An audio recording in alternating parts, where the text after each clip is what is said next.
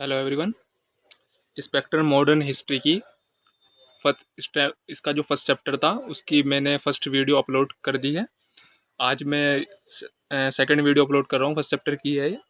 ठीक है, तो इसमें अब हम पढ़ते हैं आर्काइवल मटेरियल। देखिए, आर्काइव्स के बारे में मैंने कल आपको बताया था कि जो डॉक्यूमेंट्स होते हैं जैसे कि ईस्ट इंडिया कंपनी और जितना भी ब्रिटिश क्राउन और जितनी भी फॉरेन पावर हमारे देश के अंदर आई है, तो अपना जो काम करती थी वो एक डॉक्यूमेंट्स पे मतलब लिख कर रखते थे। ठीक है, तो उसी को हम बोलते हैं अर्काइव, अर्काइव्स। ठीक है, तो अब हम उसके बारे में डिटेल से पढ़ने वाले हैं अर्काइव्स के बारे में। ठीक है, तो देखिए, there are 4 categories of official record: central government archives, state government archives, ठीक है, records and intermediate and subordinate authorities, judicial records. ठीक है, तो अब ये देखो, ये सब apart from this there are private archives and archival sources available abroad. अब मेरी बात ध्यान से सुनिएगा। देखिए, ये जितने भी आर्काइव्स है ये उस दौर में बनाए गए थे, ईस्ट इंडिया कंपनी और जब हमारे पास ब्रिटिश का रूल रहा मॉडर्न हिस्ट्री में।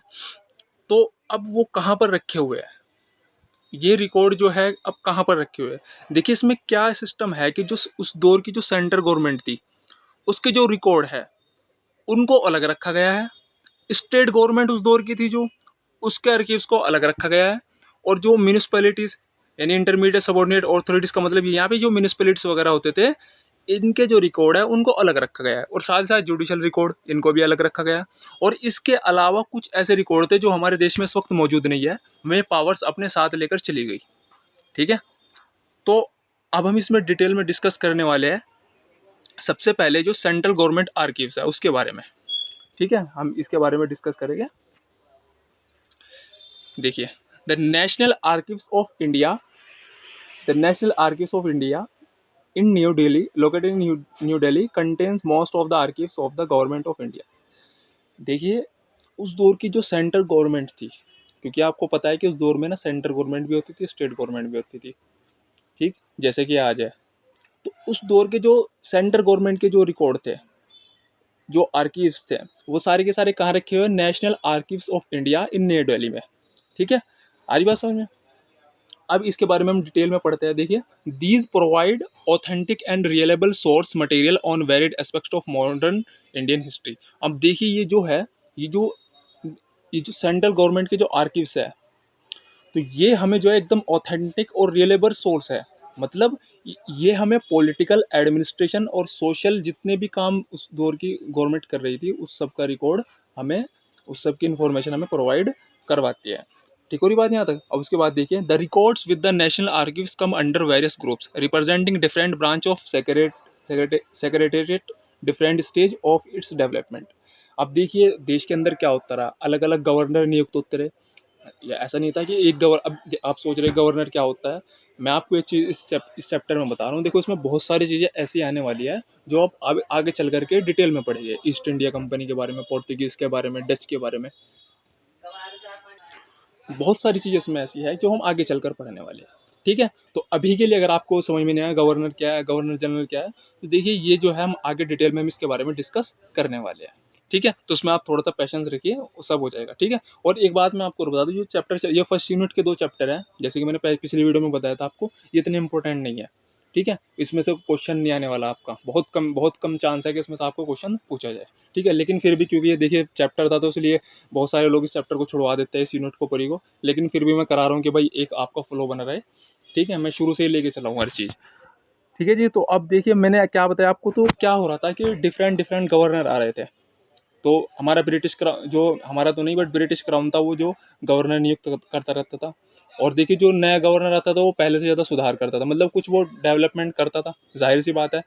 तो अब उस सब का जो डेटा है, वो जो जो उसमें चेंजेस कर रहे थे, वो सारे के सारे इन आर्कीव्स के अंदर लिखा हुआ है, सेंट्रल गवर्नमेंट के आर्कीव्स में। ठीक है, तो यानी कि हमें बहुत इंपॉर्टेंट डेटा प्रोवाइड करते हैं, बहुत ही आसान चीज़ थी। अब देखिए, अब हम पढ़ते हैं थर्ड इसका। This happen as the work of East India Company was distributed among various branches, public or general, revenue, political, military, secret, commercial, judicial, education, etc. and separate set of record was kept for each of these branches of department। अब देखिए, बहुत कमाल की चीज़ है, इसे ध्यान से पढ़िएगा। ये जो लाइन है ये पढ़ी है मैंने। देखिए, अब ईस्ट इंडिया कंपनी थी। अब आपको जी ये क्या है, देखिए अगर आपको नहीं पता तो मैंने क्या बताया आपको, आगे चलकर हम डिटेल में डिस्कस करने वाले हैं इस पूरे ईस्ट इंडिया कंपनी कब भारत में आई, कैसे इसके काम काज रहे, वो सब हम डिटेल में पढ़ेगा आगे चले आगे वाले चैप्टर में। ठीक है, ठीक है। तो जो ईस्ट इंडिया कंपनी थी इसके बहुत सारे पॉलिटिकल अफेयर, बहुत सारा पॉलिटिकल काम भी करती थी, कमर्शियल काम भी करती थी, और आपका जो जितना रेवेन्यू का काम, रेवेन्यू कलेक्शन का काम सारा कौन करती थी, ब्रिटिश ईस्ट इंडिया कंपनी करती थी। ठीक है, अब ये जो है सारा का सारा अपना जो डेटा है वो एक नोट पे लिखते थे, डॉक्यूमेंट पे। ठीक है, तो आज वो जो डॉक्यूमेंट है आज वो कहाँ पर रखे हुए हैं, सेंट्रल सेंट्रल आर्कीव्स थे ना में, तो आज दिल्ली के अंदर रखे हुए हैं, और हमें बहुत ही इंपॉर्टेंट वो इन्फॉर्मेशन इनके बारे में प्रोवाइड करवाते हैं। ठीक है, कोई बात नहीं आता। अब देखिए नेक्स्ट हम पढ़ते हैं, with the appointment of James Rennell as the first Surveyor General of Bengal in 1767, the Survey of India began to scientifically map the unknown region of the country, its bordering lands. अब देखिए, जब उस दौर में जब British east India company आई तो उस दौर में कोई ऐसा नहीं था कि भाई उन्होंने कोई बाउंड्री थी हमारे देश की, कोई तो कोई बाउंड्री का सिस्टम नहीं था ब्रिटिश के आने से पहले। बस जिसने जहाँ पर कब्जा कर लिया लड़ करके वो टेरिटरी उसकी हो गई, ये सिस्टम उस टाइम चलता था, कोई बॉर्डर वगैरह नहीं था। लेकिन जब 1767 में 1767 में जब सर्वे जनरल ऑफ बंगाल को नियुक्त किया गया, तो उन्होंने क्या करा, उन्होंने जो है मैप एक तो बनाया रीजन का, बल ये वाला स्टेट ये है, कंट्री यहाँ से यहाँ तक हो रही है, तो मतलब उन्होंने एक बॉर्डर बनाया हर चीज़ का, स्टेट का अलग और कंट्री का अलग। ठीक है, अलग अलग उन्होंने बॉर्डर को बनाया। ठीक है, और ये बात यहाँ तक, यानी कि एक तरह से उन्होंने उसका मैप एक तरह से तैयार कर लिया हमारे देश का भी, और उसके अंदर जितने आने वाले स्टेट और जितने भी जगह प्रिंसिपल स्टेट हो या कुछ और उन सब का। ठीक है, ठीक है, कोई बात यहाँ तक। अब आगे चलते हैं, नेक्स्ट देखिए, the records of survey of India as well as journals and memoirs of the surveyors pro pro एक 1 सेकेंड, ये क्या हो रहा है, 1 minute. The record of Survey of India as well as journals and memoirs of the surveyors provide valuable information not only geographical matters but also on contemporary socio-economic condition and other important historical aspects.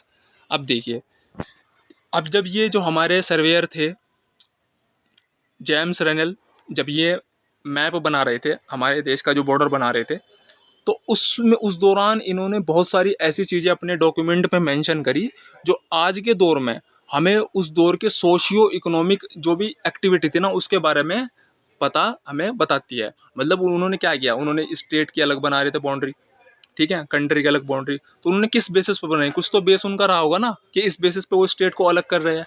ठीक है, तो वो religion मतलब उनके cultural activity के base पे अलग border बना रहे थे, उनके कमर्शियल एक्टिविटी के बेस पे कि भाई यहाँ पे ये ज़्यादा चीज़ पैदावार हो रही है ना भाई। अब हमारे देश के अंदर अलग अलग जगहों पर अलग अलग चीज़ की पैदावार होती है ना, तो उस हिसाब से उन्होंने क्या बना दिया, बॉर्डर बना दिया।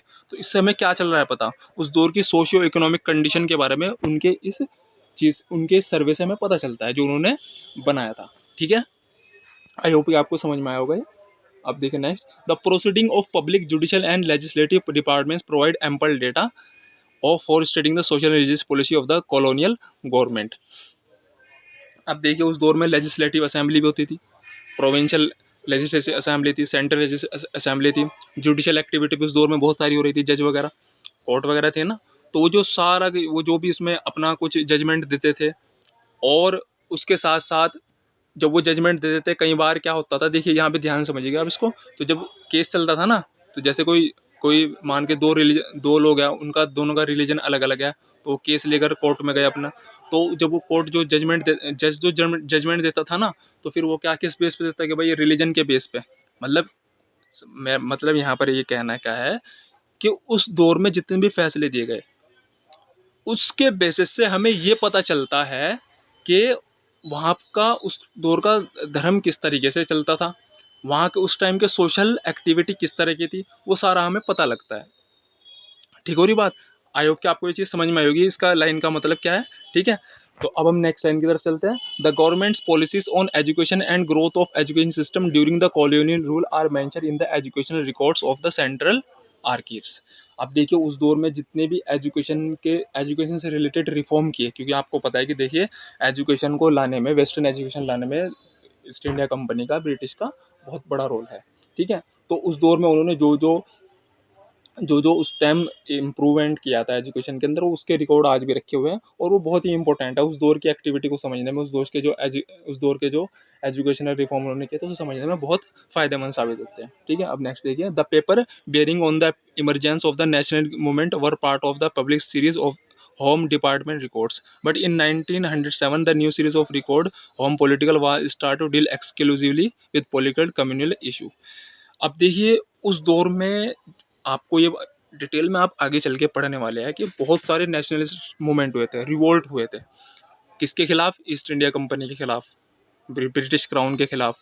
तो वो जो सारे के सारे रिवोल्ट है उसके बारे में लिखा हुआ है होम डिपार्टमेंट रिकॉर्ड के अंदर। ठीक है, तो मतलब ठीक है, तो उससे क्या पता चलता है हमें, बहुत सारी इन्फॉर्मेशन उस दौर की हमें मिलती है। ठीक है, अब देखिए, चलिए आगे चलते हैं। The records of the reforms office are very useful for an analytical study of the constitutional development from 1920 से 1937। देखिए, लास्ट का पॉइंट बहुत ही मोस्ट इंपॉर्टेंट पॉइंट है। मोस्ट इंपॉर्टेंट का मतलब यह है कि बहुत अच्छी आपको जानकारी इसने प्रोवाइड की है। आज का जो हमारा कॉन्स्टिट्यूशन है ना, ये जितने भी एक्ट आए हैं, जो हमारा कॉन्स्टिट्यूशन बना है ना, उस दौर में ईस्ट इंडिया कंपनी और ब्रिटिश क्राउन के दौर में जितने भी एक्ट आए थे उसके बेसिस पर बनाया गया है ये कॉन्स्टिट्यूशन। तो अब देखो, जब उन्होंने कोई एक्ट बनाए थे उस दौर में, तो वो जो एक्ट थे उनकी हेल्प से ही, क्योंकि उस टाइम उन्होंने रिकॉर्ड बनाए होंगे उनके, ठीक है ना, उस टाइम रिकॉर्ड बनाए होंगे ना, तो वो जो रिकॉर्ड है वो आज हमारे किस काम आया, हमें हमारे कॉन्स्टिट्यूशन बनाने के काम आया। जैसे गवर्नमेंट ऑफ इंडिया एक्ट 1935, ठीक हो रही आ रही बात समझ में आपके।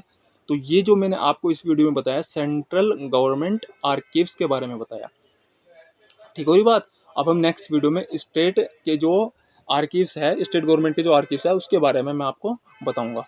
तो देखिए, मैं आपको एक चीज़ यहाँ पे मेंशन कर दूं कि ये इस पूरे चैप्टर में अंदर फिर से मैं बात कह रहा हूँ कि इसमें कोई खास समझने की ऐसी कोई चीज़ नहीं है। बस इसके अंदर ये बता रखा है कि भाई उस दौर में जितनी भी एक्टिविटी हो रही थी उसको उन्होंने रिकॉर्ड बना लिए थे, और जब वो रिकॉर्ड बनाए, रिकॉर्ड बनाने के बाद उसको उन्होंने रख दिया। आज वो ही रिकॉर्ड हमारे लिए बहुत ही काम के है। आज हम उन रिकॉर्ड की हेल्प से हम उन एक्टिविटियों के बारे में पता चला रहे हैं कि उन्होंने उस दौर में क्या क्या किया था, और वो हमारे लिए जो रिकॉर्ड्स है वो बहुत यूजफुल भी है। ठीक है, उन्हीं को हम सेंट्रल गवर्नमेंट आर्कीव्स कह रहे हैं। अब स्टेट गवर्नमेंट आर्कीव्स के बारे में हम नेक्स्ट वीडियो में पढ़ने वाले हैं। ठीक है, तो आई होप कि आपको ये वीडियो पसंद आई होगी। देखिए, अगर आप कुछ सजेशन देना चाहते हैं या मुझे कुछ सुधार कर आप चाहते हैं कि कुछ इसमें मैं सुधार करूँ वीडियो में, तो आप मुझे कमेंट करके ज़रूर बताइएगा। ठीक है, तो अगर आपको वीडियो पसंद आई तो वीडियो को लाइक कीजिएगा, और दो आने वाली और मैं और इस चैप्टर की और बहुत सारी वीडियो अपलोड करने वाला हूँ, क्योंकि छोटी छोटी वीडियो बना रहा हूँ मैं। ऐसा नहीं है कि मैंने एक वीडियो में चैप्टर कंप्लीट कर दिया, ऐसा नहीं होगा। मैं धीरे धीरे करके छोटी छोटी वीडियो बना रहा हूँ, और ये पूरी की जो ये स्पेक्ट्रम मॉडर्न हिस्ट्री है इसको कंप्लीट करूँगा। तब तक के लिए आप मेरे चैनल को सब्सक्राइब कीजिएगा, वीडियो को लाइक कीजिएगा, और थैंक यू।